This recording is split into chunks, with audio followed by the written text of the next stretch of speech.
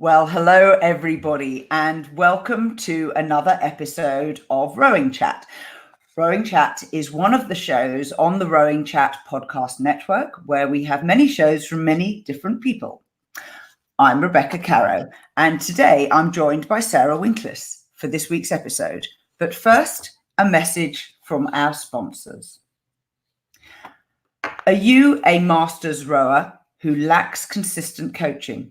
Would you like to learn how you could row faster? Pregill Rowing Camps is for you. These camps offer coaching by experienced world-class coaches, and because you're working in a small group, you're guaranteed to get personalized coaching and recommendations that will improve your rowing. You also get video analysis and learning how to work with rowing data.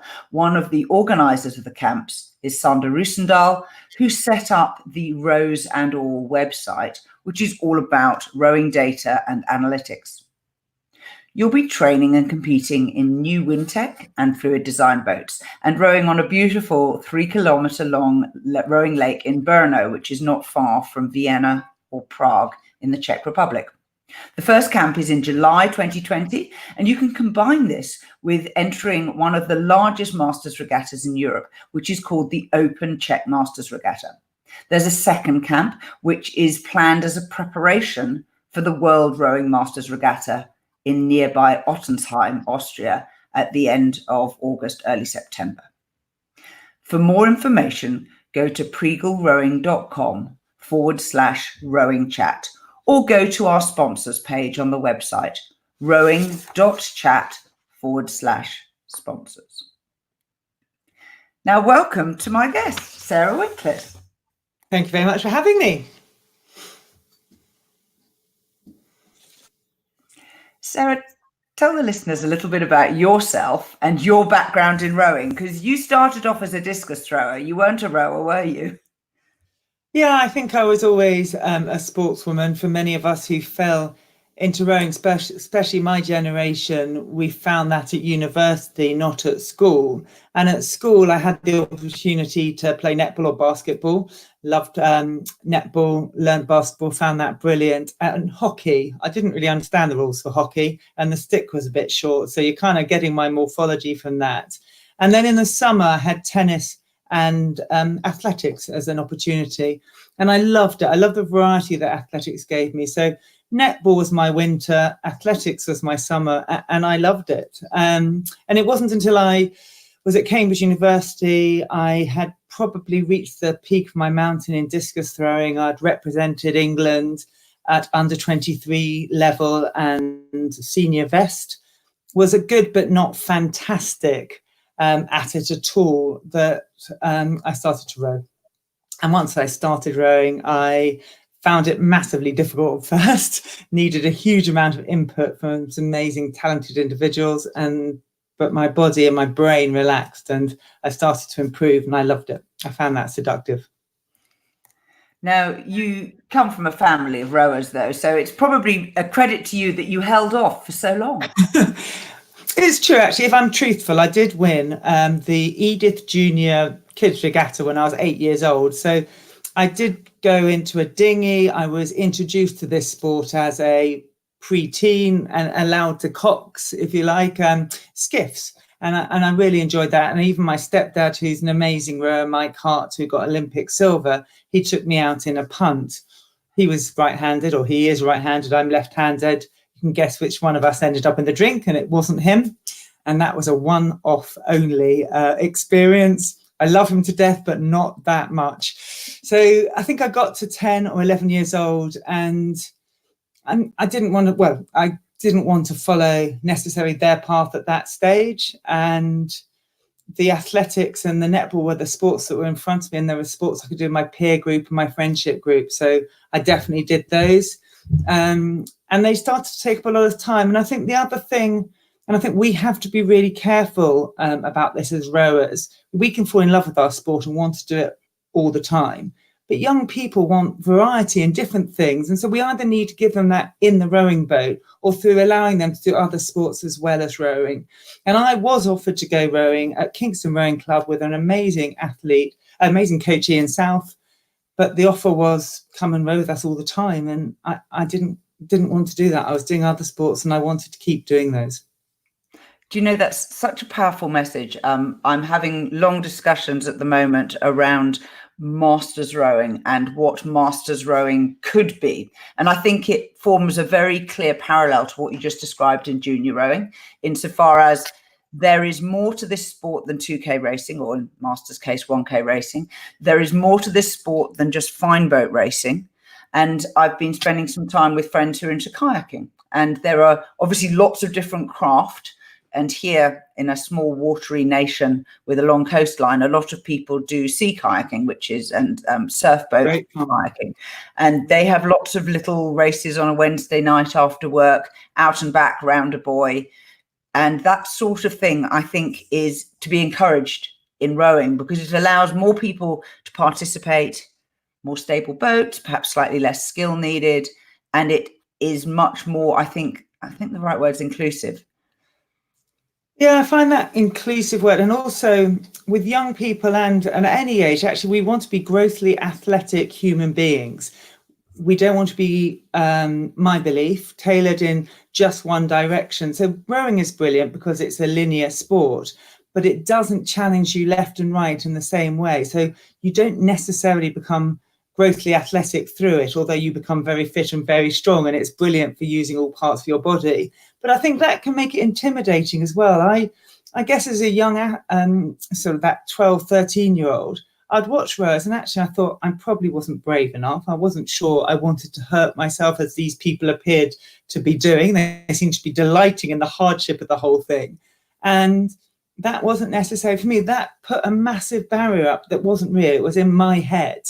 And, you know, with masters, if someone's thinking of coming in and trying it, those barriers are probably there in their heads as well. So how do we make it inclusive? How do we make it fun and interesting? And how do we keep our bodies grossly athletic so we can row? When I played basketball, my basketball coach always said, you do not play basketball to get fit. You get fit to play basketball. And it's that line that stuck with me for my whole life. How do I stay active, fit, so I can do the things I want to do in my sport? That's such a good message, and also a goal. And I see a lot of mid-aged adults from age 35, 40, 50 coming back to sport for all sorts of different reasons. And for them, there are double challenges of having been inactive, plus all the things that you've just described. I don't love that though, because once you've been inactive, you can get fit.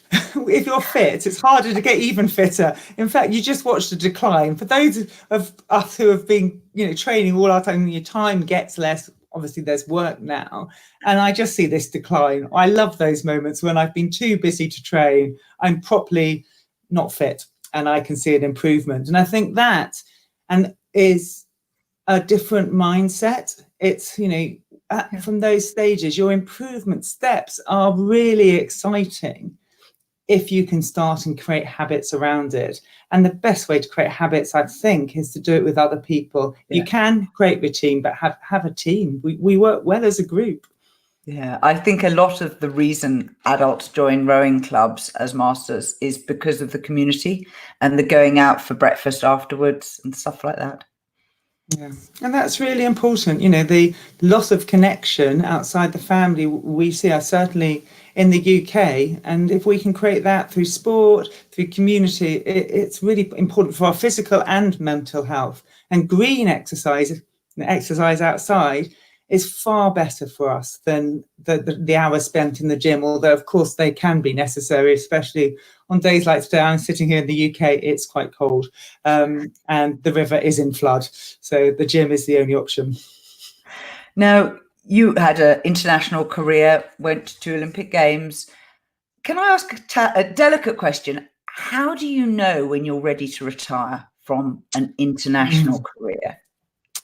Well, I did 3 Olympic Games, actually. So I did Sydney, Athens and Beijing. So I finished Cambridge, was lucky enough to be invited to train with the squad, gave it a year, which was 97 to 98, and managed to get myself on the team. That was hugely exciting and terrifying in the same breath.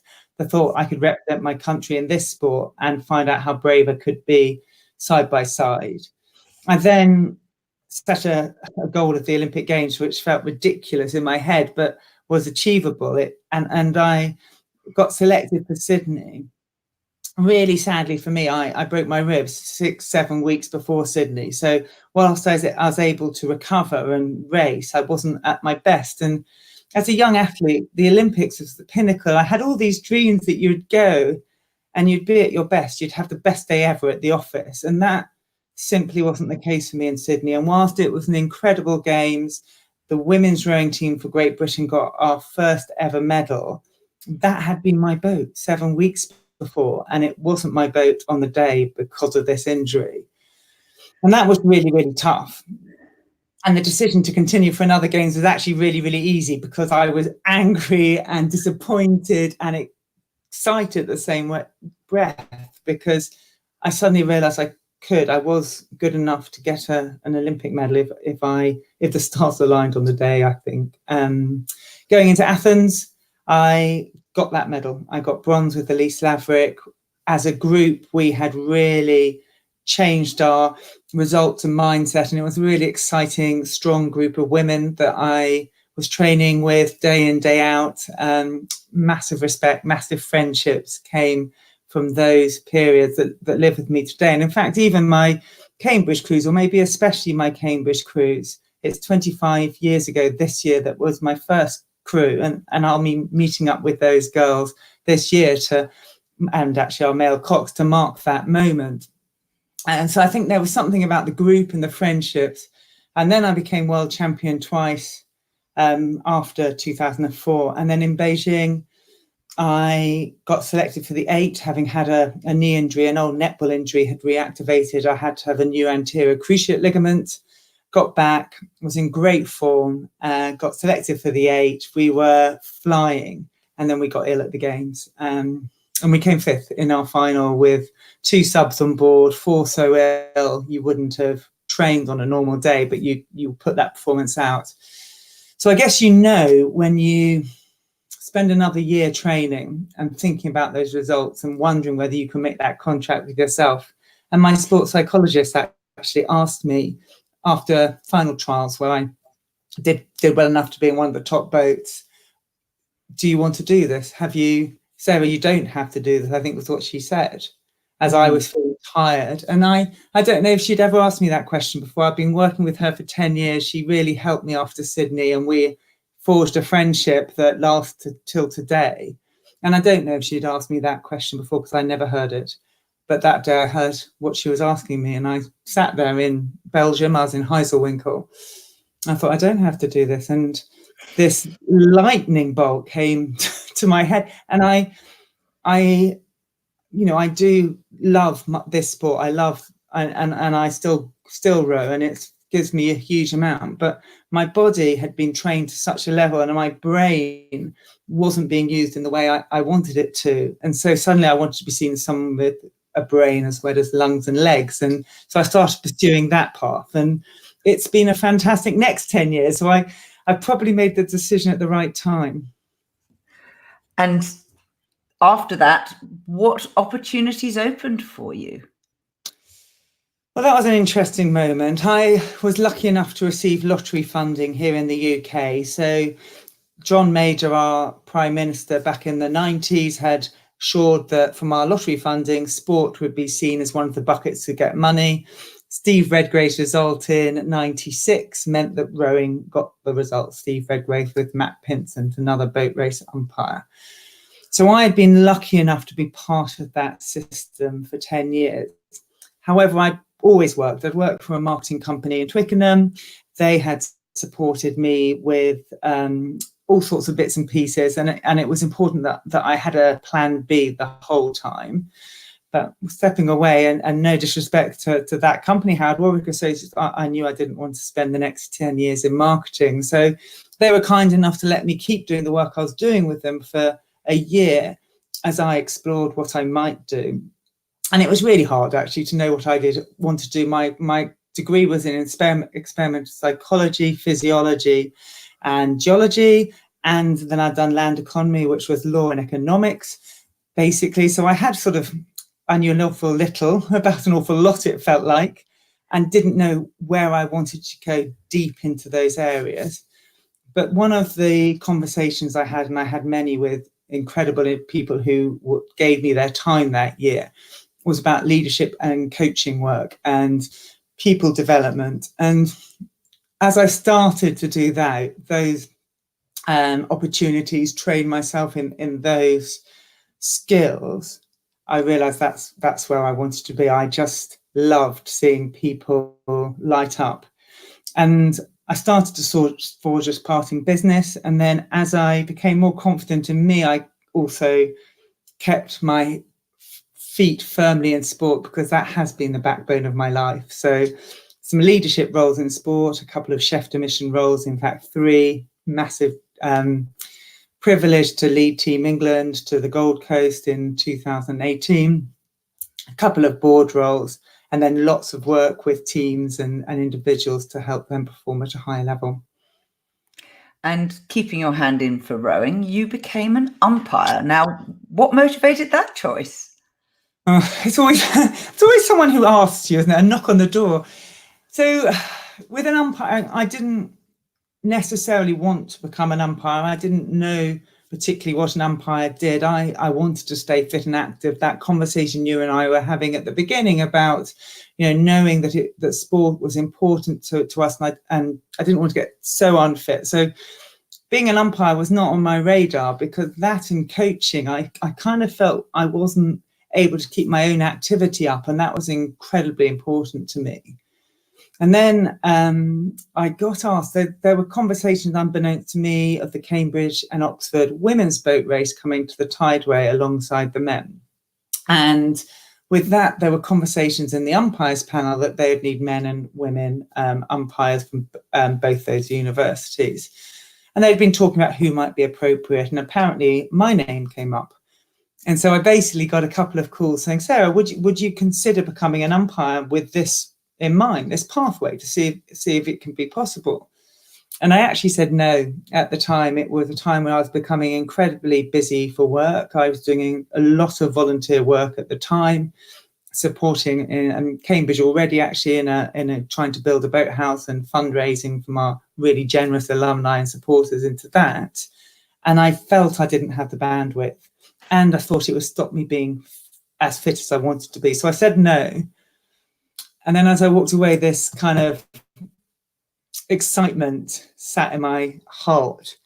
And it was something about stretching myself, and something about this race that had lit me up, and maybe being able to be part of it again in some way, I think. And whilst I said no, I started to research what actually being an umpire was, what it would require. And so by the time I came back, it was Anne-Marie Phelps who had that conversation with me. I was armed with the knowledge that if I was going to do this, I wanted to be the best boat race umpire I could become. And as part of that, I was pretty sure I wanted to follow the umpire training in the UK, the river umpire training, to help me really understand umpiring, read the rules of racing, which I did for the first time during that training. Require those as a rower. I just need to understand go and stay in your lane. There are 25 pages at least of these rules of racing. So to be fair to me, I probably need to read 8 or 10 of them. 8 or 10 might have been a good idea. But yes, I'd never read those. But for the boat race, simply, there's only 10 rules of racing. So that's a little bit more simple. Once again, as a 3 times boat race athlete, I'd read none of those 10 rules. Ours had 25, but you're worried about other things, aren't you? You're worried about making the boat go fast. Apparently, you're meant to do that within the rules, but So let's back up just a little bit. What is involved in becoming an umpire in Great Britain for river racing? So for me, first of all, what of the umpire community? For me, these were the people that had kind of shouted at me and told me to get on when I was trying to do my hair or tighten my feet and get moving, move on. And I hadn't understood the complexity of putting races on and the volunteer hours that are provided just so we can race as rowers. I mean, we are properly selfish just being in those shells, thinking, the world is happening for us. And we've, of course, done the training. but there's people who are planning your event, making sure you've got a racing committee looking at the safety and the risks, and the umpires do all of that. And then when you get to the day, they're there before you get there as a rower, ensuring everything is set up, checking your boats, ensuring there's safety first of all, and fair and equal racing. And then, of course, they're trying to give you a great experience and light up, especially the young people in their first racing. I love umpiring the early regattas because you're just trying to give people a good experience so they can do their best work. So what it involves is, first and foremost, you sort of apply and you start to have conversations with the umpires panel. And there's regional umpires panel in the UK, and they will then assign someone to support you as you go into your training. You get the rules and you have to learn them. And there's both a written test to make sure you can apply and you understand the rules. So you're making good decisions on those. And then you spend a summer basically learning to umpire. So your mentor will be around, you'll go to different regattas. I did as many as I could of all sorts. So bank umpiring, boat umpiring, 6-lane, just to see the whole shebang, and gave as much time as I possibly could. And then started to, as we call, wave flags. So you start to learn the umpire's drill. In those 25 pages, you do actually get told what that's all about. At the time, I was like, go on the B of the bang. That's what I want to do as a rower. But as an umpire, you're understanding, how you're managing the race, making sure everyone knows the name, the event, the outcome, everyone's ready and on time. You're giving anyone warnings that you need to. And then, of course, the race starts, and actually in umpiring, you start that with a red flag. So attention, you lift your flag and go, unless, of course, it's 6-lane umpiring, which is pressing a button. So it's all of that that goes around there. And obviously, once the race starts, you're ensuring in normal British rowing umpiring that there's not interference or a foul. But in boat race umpiring, it's actually just foul. And a foul is clash between people, boats, or blades. So that's the ethos of it, if you like. So as an umpire, you're looking first of all safety, and then fair and equal racing for the crews to give the competitors a good experience so they can do their best work. What I'm hoping on the boat race is we finish and you're also using a white flag saying everything was fine, let's go home. Red flags during racing probably mean the umpire's not happy, and there may be a pause and a look at what's going on and possibly disqualification. So I really don't want to be going there. Now, as far as rowing crews, I think your experience of not having read the rules of racing is universal. I certainly remember being briefed about racing by our coach, and James McLean probably said not very much more than go on the B of bang. One of the biggest misconceptions, particularly in river racing in the UK, which for non-UK listeners, this could mean you are racing around a corner, that there is a staggered start or a staggered finish. You may be 2 abreast, you may be 3 abreast. In all likelihood, it's not a buoyed course, and it also is probably not a straight line that you're racing down. So there are a lot of challenges for the athletes and obviously for the umpires. Now, you mentioned that your job is to ensure there is not a foul, but it's my experience that most rowers think that it's the umpire's job to tell them when they're about to hit the bank. Is that right? Well, that's an interesting one. So if there was an outside interference or the bank, it's your job, first of all, to keep them safe. So if a crew has lost their way on the river, which can happen, forget that it's a bank, and they're heading towards the bank, you want to keep them safe. So you will stop them, but not until the very last moment, because it is not your job to steer them. So as an umpire, you're not there to steer them, but you are there to keep them safe. And if your umpiring changes the outcome of the race, so say the crew was heading at speed for the bank, and you warned it in 5 strokes beforehand, which every atom of my body wants to do, believe me, because you can see what's happening often, you might change the outcome of the race. Right. And that's not fair. There's an element of this racing, especially on the river racing, that is the skill of the crew, not just the speed. Clearly, that's the case in 6-lane as well, but it's a little bit easier when you have your buoyed course. Well, I say that now, 10 years retired. We all know those boys can jump and get you at any moment. But it is a bit easier when you do have a boycott. Well, at least you know when you're going wrong. You get feedback pretty quickly. Usually on those river umpires course, there would be some buoys that you would cross before you hit the bank. However, that's not always the case. So actually at that point, you would stop the crew as late as you can to keep them safe, warn them so they're not damaging themselves, but you're not there to steer them. That's changing the outcome of the race, and it really isn't your job. The only time I might do that is very early in young people's careers, where everyone's got a bit lost. So you've got a 12 or a 13-year-old in their first race, they're looking at you with saucers in their eyes, and you're going to go, in a minute, because you do the call over just before, I will start you like this. Not now. Attention. Because they're like, to go, or they're sitting at the back and they're like, no, you go, no, really do go. That was the real one. So, they're at a point where their vision is just everywhere and it's all too much for them to really be able to switch their thinking. As we need to do. You need to be able to think about how the stroke happens, but also where you are on the river. And so only in those very early races, especially if 2 or 3 crews were heading for the bank together, I would bring them round. With the race committee's grace, if you like. So the race committee, the panel of umpires would say, this is how we want our regatta to run. Right. And we want that to happen. Of course, it's good because if you go to a river that you personally don't know, so I don't know if you've ever umpired at Egham, but Egham's on the Thames, you probably raced it. It has the most wonderful bend just before the finish. Of course. Yeah. And that is part of the skill of those river regattas. When you're going blind and feeling sick, you have to be able to remember to go around a corner too. And that is really important, that you are able to do that and you communicate. And I think the other thing I always think of, it's everybody's responsibility to know where their boat is on the water. Everyone in a boat does have a mouth and does have eyes. And yes, there's somebody often who has the rudder either on their foot or in their hands, but all of us can lose our way. So working as a crew to keep aware is really, really important to me.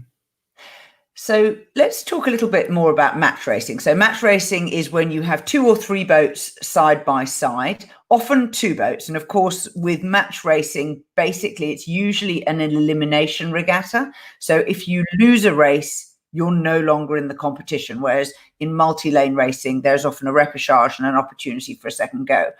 As an umpire, what are the challenges that you see?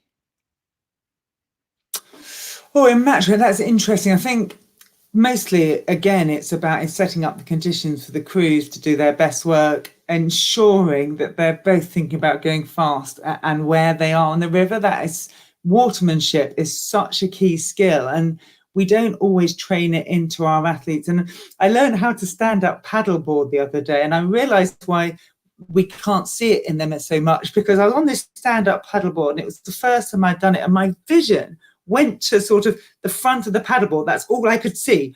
And I was standing on it. So coming around, and I was in the middle of the Thames, and every now I was looking up, well, what's going on up there? Okay. And then back, trying to remember how to paddleboard. And not as we get more experience, but certainly when we do those first match races, everything is new, and your vision can go into this tiny myopic space rather than the up and out, what's going on the river. And those skills, especially in match racing, is really important. It's also, it can become quite adversarial, and people want the best water. The rivers, especially in the UK, have stream, and where the stream is at its fastest, you have an advantage.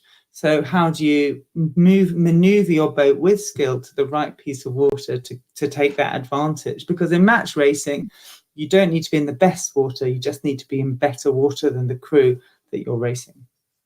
And of course, in match racing, particularly if you're coxed, you can maneuver like that. But the coxswain, who is in charge of the boat, and as you say, is holding the steering rudder wires in her hands or his hands, they can't see the umpire. So what happens there? They do have ears, though. They can hear them. So In theory, they should be able to hear the umpire. So certainly on the boat race, we use a megaphone. I will always ask for a megaphone. I don't think I have a particularly loud voice, but even the loudest voice, I think, can benefit the rowers to get, use a megaphone and ensure that you're umpiring with a clear tone and clear voice, especially on early warnings. What I can then see as an umpire is whether the rudder's gone on. Not because, of course, in these days, that's all inside the boat, but you see how the boat moves very, very quickly. So I can see whether the cox is responding. I will also always brief the stroke man or women to say that it's your responsibility as much as your coxswain. You do have eyes, you can see, and you're the closest person. So I will suggest that the stroke is highly aware that I'm umpiring and has that communication with the cox. I will then brief the rest of the crew. So if I suddenly start umpiring a crew and people are surprised because they're far away from other crew, it will be because of safety. And so at that point, it is everyone's advantage that they move. And sometimes that doesn't happen because everyone's got their racing brains on and they don't communicate and they're so worried about winning the match race, they're forgetting about where they are on the river. What are you doing with your flags at that point? At that point, I'm waving them madly. No, so the drill says I will call the name of the crew I want to move with my flag above my head, and the white flag I'll be using at this point, and then I will be holding it out in the direction I want that crew to move. Should I want both crews to move apart, it'll remain above my head and there will be both crews move apart. And that will be a very clear instruction. And I'm expecting to see the crews diverge at that point. One of the things that, particularly in multi-lane racing, that I observe with not just umpires, but the aligner who is on the bank and has the job of obviously getting everybody straight before the race starts, is that the aligners forget to say the name of the crew before the instruction, and it all takes longer. Whereas you've just said very clearly, Cambridge, move to your right, or Oxford, or both crews separate. I sit there often as an athlete getting really frustrated going, they don't know they're in lane 3. You have to say the name of the club first, and then the fact that you want them to move forwards or backwards. Is that a common failing? Well, that's a really interesting point because I hadn't thought of that. So from the umpire's perspective at that point, especially in multi-lane racing, we're usually talking on radios to the estate boat boys or girls who are holding the boats, and and they push you forwards and back, don't they? Correct. And our view, so we're alongside, and our view is what we can clearly see of the bow balls and the bow ball numbers. So we would be looking at those very carefully rather than actually the paperwork quite often to see who's in which lane, because obviously when a crew is on the side, you can't see the blades. And so you're spot on. A better way of communicating could be to use the crew. However, and I've been equally at fault, Rebecca. It's an interesting point you raised because I would only use lanes at that point. So I'd be aligning on the lane, and the umpire in the start tower would have much better vision and be looking at which crews they are. So yeah, I guess it's how do you escalate? And I think at this point I'm hearing if a lane 3 doesn't realize they're in lane 3. You kind of do know you're a lane 3. There's a big thing saying 3 in front of you. It could and should help you. I quite often do go, lane 3, I'm talking to you. Would you give me a wave? And so I check that people are listening. So I will have a bit of more conversation, especially, again, in those earlier regattas. But if someone's not responding, I generally think there's a communication problem. And if I've got the megaphone in my hand, I am more than 50% responsible for that communication. Of course, someone has to listen. But, I need to change what I'm saying to get a different response. Otherwise, that is the definition of insanity, doing the same thing and expecting a different result. Where I row, there are far too many clubs with navy blue row suits. And so we all get confused with each other. And in fact, there's a North Shore Rowing Club here in Auckland and another North Shore Rowing Club in Sydney. And it's not inconceivable that we're at the same regattas and we both have navy blue colours. So, I think keep work out our lanes, rowers. We can do that. 1, 2, 3, 4, 5, 6. We've been learning those numbers for a pretty long time. We can probably recognise them. Umpires, I guess, if they're not responding, escalate with their club name, and that will really help. Or go for hair and hat. Give them a wave. Bow girl in 3, give me a wave. I've done that quite a lot, or by man. Now, we have to remember, I've never, as an athlete, yes, I didn't read the rules. I'm going to be 100% honest. I did know the circulation pattern. I did know the start and what was going to happen. So I knew the bits that were important to me as an athlete. As an organizer and an umpire, I need to know a lot more. But I never went onto a start line intent to do anything else but my best. And if I got it wrong, it's because I'm nervous or not thinking or distracted, because you're thinking about hundreds of other things and you're a bit scared about what's about to happen. So, I think if you can work together as umpire and athletes and keep the climate calm, have somewhere to escalate should you need it, it's really, really helpful. So what do you wish coaches, when teaching their, let's say, less experienced crews, what do you wish coaches would say in briefing them about what's going to happen and what the umpire could say to you?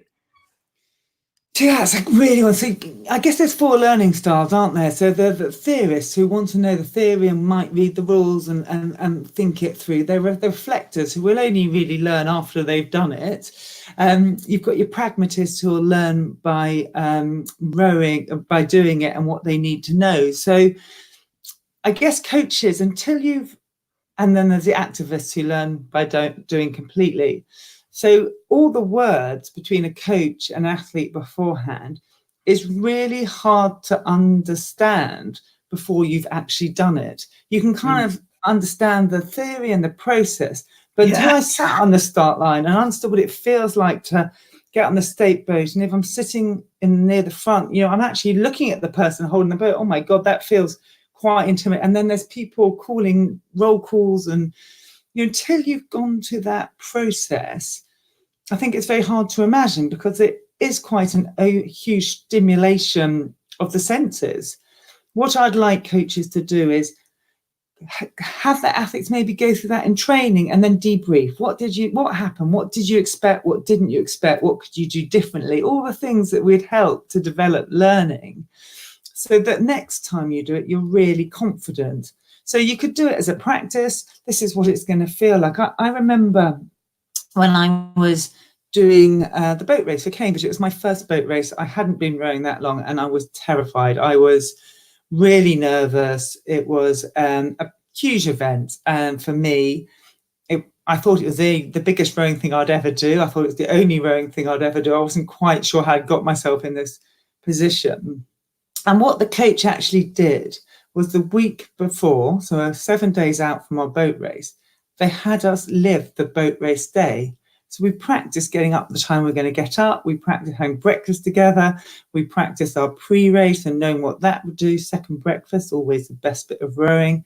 And at race time, we practiced getting to the start and going through the start routine and doing a piece, and it was absolutely brilliant, because I wasn't in the heightened state I was going to be on race day. It gave me a chance to try it out, test it out, and know what I was going to do. And 7 days later, on race day, I'd done it before. It was familiar, and it really, really helped me. Now, I'm not saying that every crew is wanted to go to that detail, but you could break that down. There's bits of that you could say, actually, that's really going to help my crew. And do you know what? You're starting up half a length up, not literally, if you do that, because you'll be ready. Yeah, very, very sure. Now let's talk about the boat race. You are the first woman ever to umpire the Oxford and Cambridge men's boat race. Congratulations. Well done. Thank you, I think. Thank you. I know, who knew? I know. It's a really big event. It's live televised. The joke behind the scenes is always, the reason they televise it is they need practice with outside broadcasts in case the Queen dies, which obviously I hope she won't, but it is a very big event with multiple cameras and the entire eyes of the public on the bank and the public at home. And you're in charge of the race safety and ensuring, I'm quoting you, fair racing. Yeah, How do that you is go my about job. preparing for that?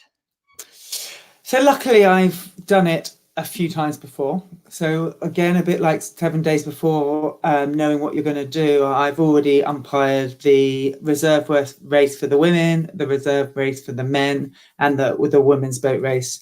I, many years ago, was lucky enough to be on the launch and shadow the umpires that were on the umpires panel with me before I even decided I was going to become an umpire. So I've done a lot of watching others do it, learning from them. I've done it myself in other races.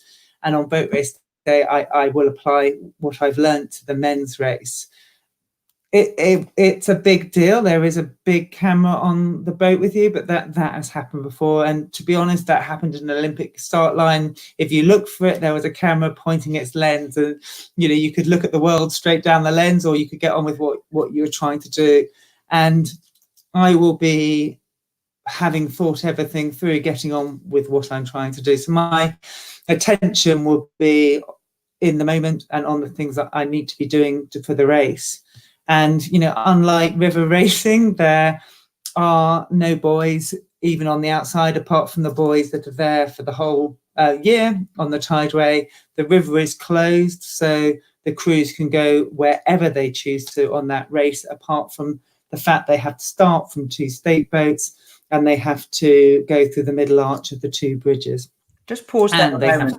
Let's have a little look at the actual boat race website. So here there's a page here. It's called theboatrace.org/rules-umpiring. So here we go. The boat race. Oh, that 1990 disqualification. There it is. It's happened before. Yes, you're not the first. You might not be the first. Let's hope for I'm no. not planning to do it. The crew's going to make me do it. I'm not planning. So the boat race is always umpired by an old blue with an ex-Oxford umpire alternating year on year with an ex-Cambridge umpire. The rules are essentially simple. The crews must keep to their stations, Middlesex or Surrey, unless they have a lead of clear water, when if they wish, they can use the opposite station. The other rule of note is that both crews must row through the centre arches of Hammersmith. Straightforward. Now tell us about the complexities that sit around that, Sarah. I mean, what complexities are there? That's fairly simple. It's back to the crews will want to be in what they see the most advantage position. It's a match race. It's not a straight course. So about 2 hours before the race, they will toss the stations. The crew, the club that wins the toss. So I think Cambridge won last year. So I think they toss the coin and then Oxford call. And they will choose heads or tails. It's of course not just a normal coin out your back pocket. It's a golden sovereign, I think. Great history. So hopefully that won't get lost. They will then choose the crew that wins that toss will choose Surrey or Middlesex. They will then disappear off into their boat houses and prepare.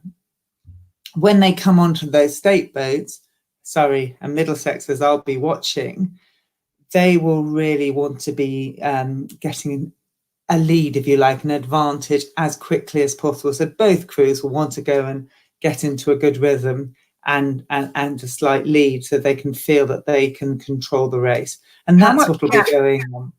How much gap is there between the crews when they're stationary on those state boats? We have a magic rope. A magic rope. And it's we do. So every year we put the state boats in. So they're put in. We put them in twice a year. They're put in on 2 days before, which the PLA help us do. We use GPS now and line of sight, eyesight, to ensure they're put in the same positions. And we have a piece of magic rope where the state boat people hold, and they have to make sure it's the right distance apart. So the unhelpful bit is the magic rope distance apart. Who knew? But that gives probably about 8 feet in between the blades, maybe 9, 10.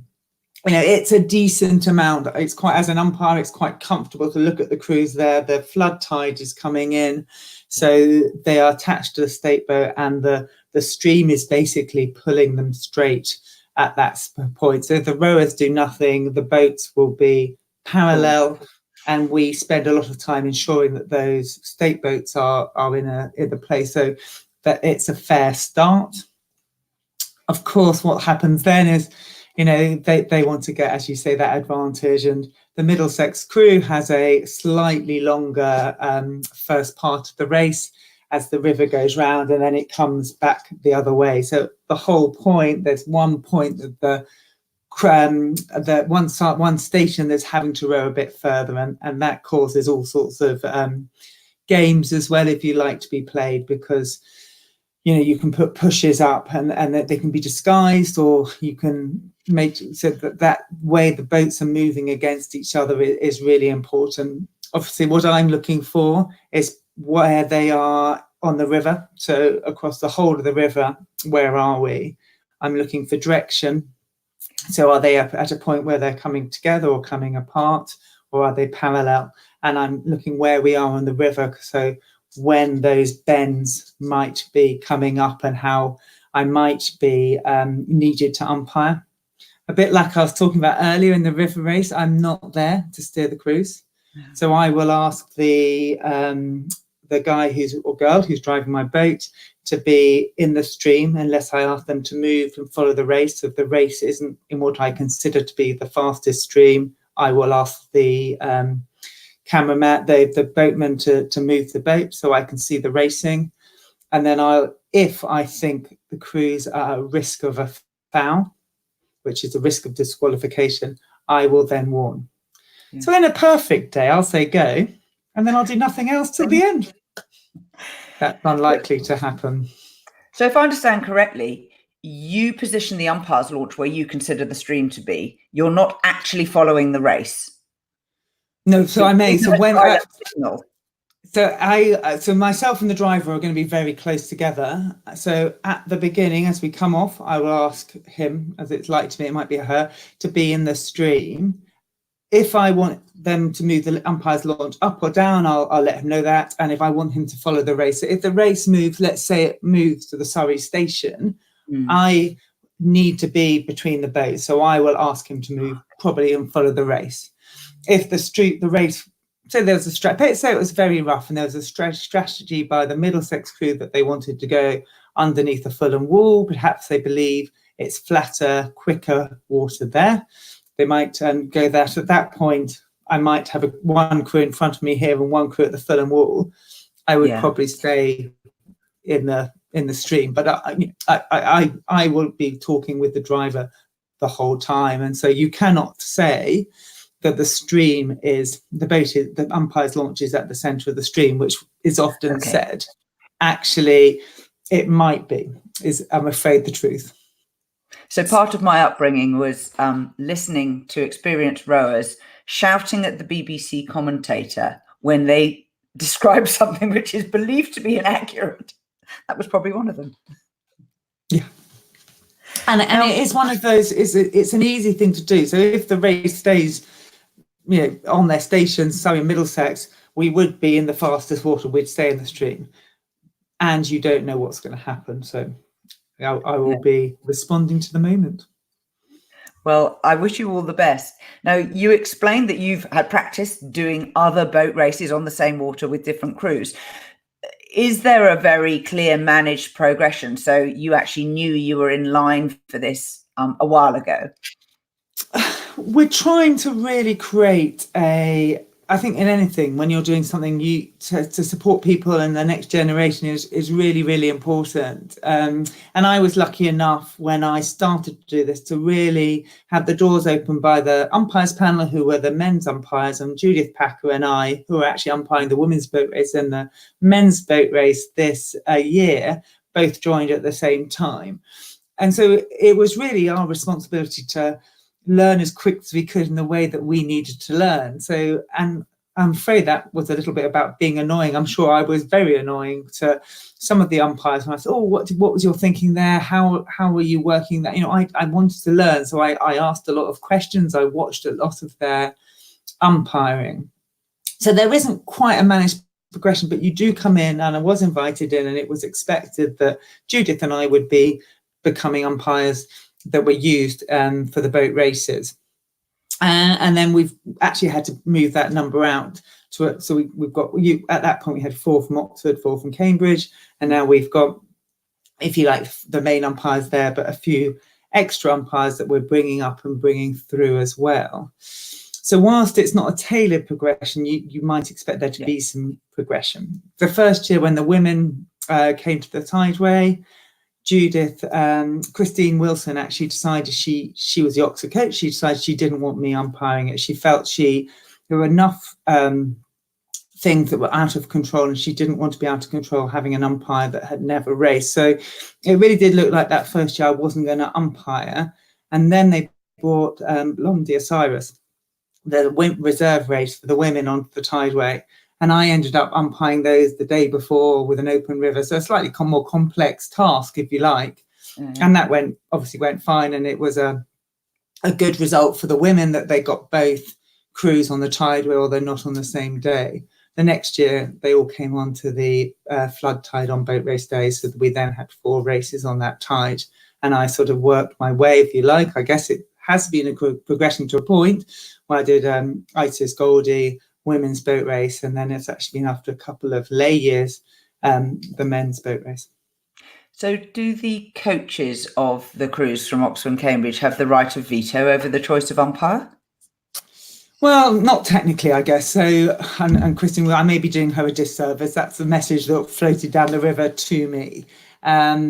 It's the presidents essentially, and the clubs that will make those decisions. You're nominated by your alumni club, and then to be part of the panel, and you're chosen by the other side, if you like.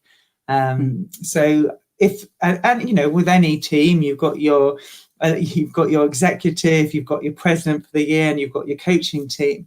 And I would hope that they do talk to all of those, because it is important that all of them are comfortable with their umpire. In the best day at the office, they won't be talking about what I do. They'll be worrying about what they do. And, that's what I want to see. And it's really important that when I'm around Putney, when I'm around the river, when I'm around either club, I act and I think in a way that keeps them confident that they don't need to worry what I'm doing. They need to worry about what they're doing. Fantastic. Now, Sarah, you've been at the forefront of an enormous number of changes. And one of the other changes that's happening this year is at Henley Royal Regatta. A lot of people may have heard this. What's happening that's different in this year's regatta? Well, last year, obviously, we had the King's Cup, which proved to us we could get 8 extra races in the Henley programme. Now, as the woman who runs the research and the commentary team, I realise how much racing we have at Henley, and I'm not sure everyone does know. In the 5 days, we have 88 or 89 races on a Wednesday and Thursday, 72 on a Friday, and then we go down to semi-finals and finals Saturday and Sunday, so half and half again. And that is a really, really busy programme. However, having the privilege of the King's Cup last year made us realise we could get a few more races in the racing programme. So this year we're going to bring in another event for schoolgirl 8, so student 8, sorry. So that's really, really exciting. I remember when I used to go to Henley as a young non-rower, discus thrower and a netball player, there were no women in the programme at all. And then, of course, the single sculls came in. And now, of course, the programme is becoming bigger. So that's hugely exciting. And, as a woman rower who got the chance to race at Henley Royal Regatta, so I was not in the single sculls. I remember watching Gwyn Batten being one of the very first women to row the single sculls I think it was a round of the World Cup at the time. That's right. Maria Brandon, I think, might have won it in that. It was when the Women's World Cup came in, and what an amazing opportunity. And what, for the Henley Royal Regatta does want to be one of the preeminent river races in the world. And, it needed to have its doors open to that, I think, and it has had now. So I wholeheartedly support all of the changes that have been happening there, and the opportunities as well, because the For women to race at an historic event is exciting, full stop. To go and race on, I would love to go and race on Lake Casitas because of the fact that it hosted the '84 Olympics, because of Brad Allen Lewis's book, because he climbed the fence to go and train there secretly before the Olympics. It has an aura to it. And Henley has exactly the same feeling for so many people around the world.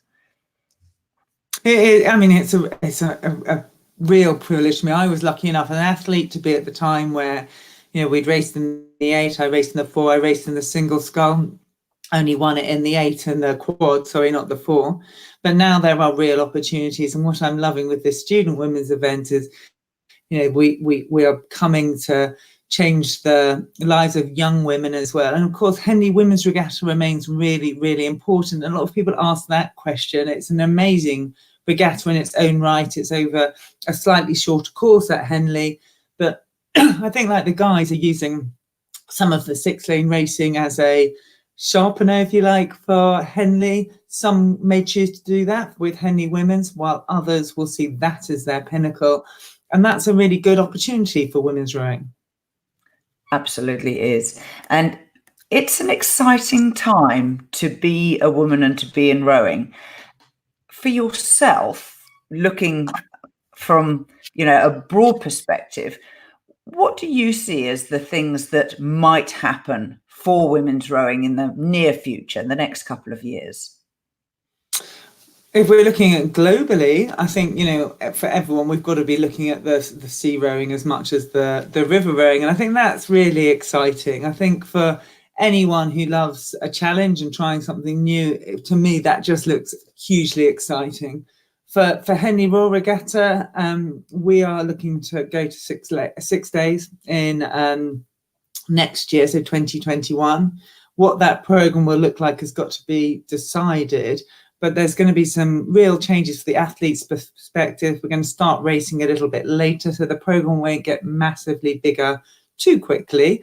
So we'll start racing a bit later. There'll be more time for crews to train in the morning. And I think we'll be seeing 1, maybe 2 more women's events, which is going to be exciting. So we're looking at schoolgirls and clubs, 8, which may come in. Which is lovely, because of course the lovely thing about 8 is it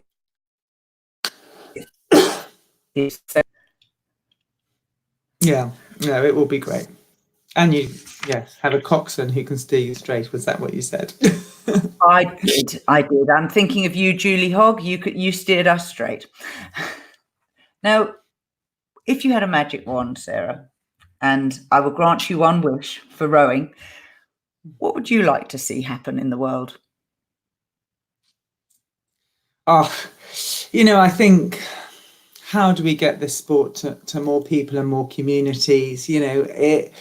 We're getting better, but we're not good enough. And it is a sport that makes such a difference. As a trustee of the Henley Royal Regatta Charitable Trust, we've been doing some just funding, supporting rowing for disadvantaged kids in certain areas. And we're seeing these kids feel part of the community. We're seeing their school results transform. We're seeing their behaviour records transform, and then becoming, school deputy head girl in one case. So how do we give that opportunity to more? And I know you need water to row. I know it can be feel like an expensive sport, but how do we hold that out for others? Because if I had a wish, I would allow that for more people, and for more people to absolutely get that joy. Brilliant. And of course, the opportunity is for that to happen on coastal waters as well, now that coastal rowing is getting going. Yeah, and I think that is such an advantage, isn't it? Because suddenly we're not, as rowers, we're a little bit precious. We look at any piece of water and we go, oh, would I like to row on that? And what we're really meaning is it flat? And is it calm? And is it still? And that's such a small amount of the water that we have and many countries have available to us. So the coastal rowing, to me, will make a step change. We're seeing men and women racing together. I think that's really healthy and really exciting. I jumped into a men's race 8 the other day and, still could hold my own just about, which was really nice. And I think that's good to demonstrate, with technique, we may not be able to beat many men on the ergo, but technically once you put the power you can produce down, you absolutely can make a positive difference to a crew. And I think that is really interesting as well.